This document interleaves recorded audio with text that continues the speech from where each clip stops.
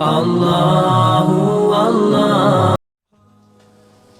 So today, the special aspect of the life of Rasulullah sallallahu alaihi wasallam, which I'm talking about, is none than the famous title which is known in our Muslim societies, that is the name of Nikah. Nikah is Arabic word. It contains 4 alphabets, that is Noon, Kaf, Alif and Ha. So in Arabic, this title and this name is pronounced as Nikah, and the same name, it has other synonym which we call it Ziwaj or Zawaj. Ziwaj also, it contains these 3 alphabets, that is 4 alphabets, that is Za, Waw, Alif and Jim. So Nikah also contains 4 alphabets, and Ziwaj or Zawaj also contains 4 alphabets. So in our society today, whenever we hear the word Nikah or the word Ziwaj, we have different way of approaching to this term, different way of receiving this title in our mind and soul and in our understanding. Many of our youngsters today, boys and girls especially, and especially those who are not in the religious platform completely, or those who do not have a direct access to scholars, Muslim scholars, and empower themselves with Islamic knowledge. They are just Muslims. They might be performing their 5-time prayers, they might be performing their rosas and all obligatory ibadat, but in terms of masail and in terms of Islamic matters and issues, they seem to be very backward. And it's not their fault, it's just because how the life is moving them and how the life is approaching them. So when they hear the concept or the term Nikah or Ziwaj, so they just take the meaning on its upper layer, and we don't go to the depth of the meaning of this word and try to understand the meaning of this word from its depth.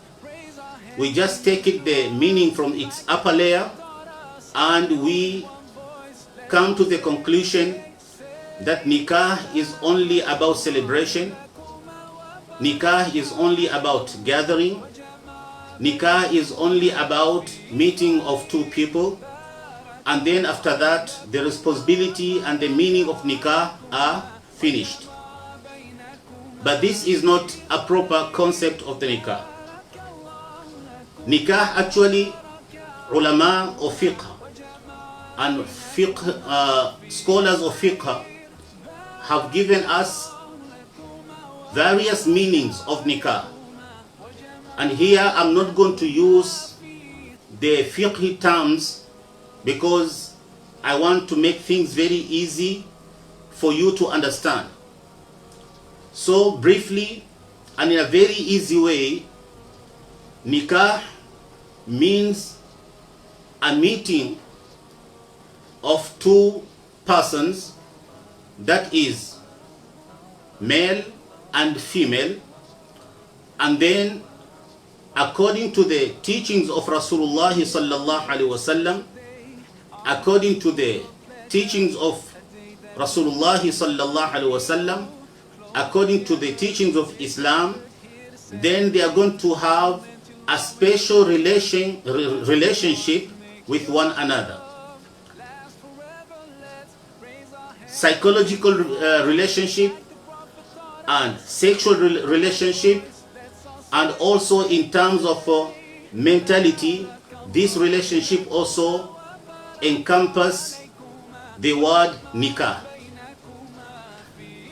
But before we talk about the greatness of nikah, let us take one step backward and try to see, before we put ourselves into this nikah, which is a special relationship between two persons, male and female, and also it is a tie.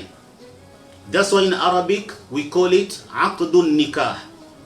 Aqd means a tie. You tie one another, and the stronger the tie is going to be, the longer relationship is going to be. And the weaker the tie is going to be, the less time this relationship is going to have. So that's why it is very important for us to understand, before we enter into this tie of nikah, there are some activities which takes place before it. And in our society today, we call these activities as mangni, or as engagement. And we as Muslims, we proudly and happily announce these programs of engagements and mangnis as if it's a big thing that we are doing in the society or in the Islamic belief. But today, let me share this with all of you who are listening, that in the Islamic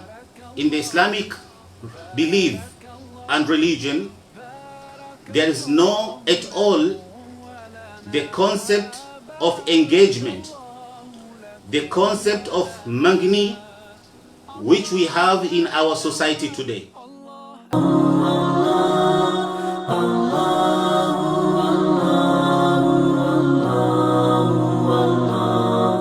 Allahu Allahu Allahu Allah, Allahu Allahu Allahu Allah.